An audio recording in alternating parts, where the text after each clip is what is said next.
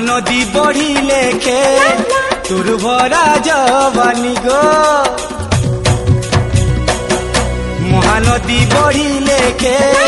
तुर भरा जवानी बारमासी झरुतीसी आरे प्रेम मोहनी ए कुआरी ननी देखी भरा जवानी हाय कुआरी ननी देखी भरा जवानी एते नखरा तुई नाई देखान बुढ़ानु धंगरा बोझा हेले न मार्केट चौपे देलु न मार्केट चौपे देलु न मार्केट चौपे देलु न मार्केट चौपे देलु न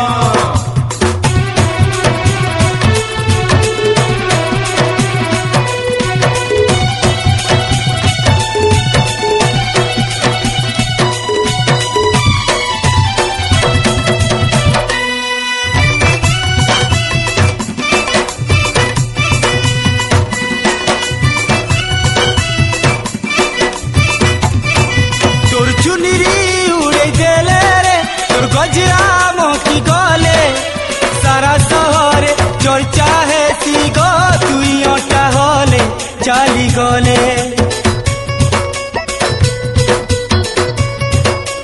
ओ तोर चुनरी उड़े देले रे तोर गजरा मोती गले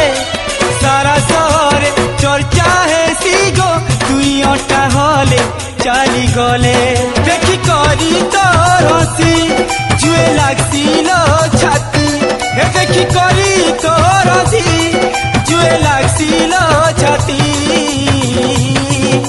केते जाकी हेसु देखी दरपन जेनारे गले पिउदिया जन मार्केट चौपे देलु न मार्केट चौपे देलु न गो मार्केट चौपे देलु न मार्केट चौपे देलु न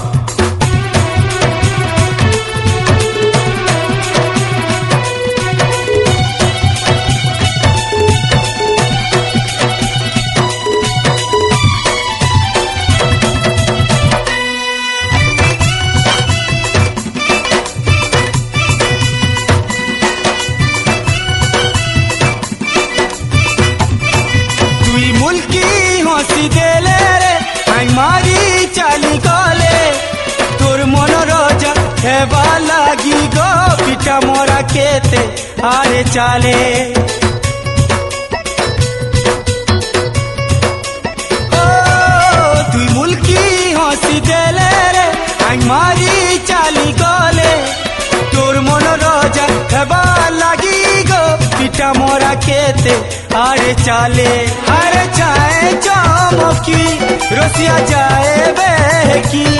हाय छाए चमकी गो रसिया जाए बेकी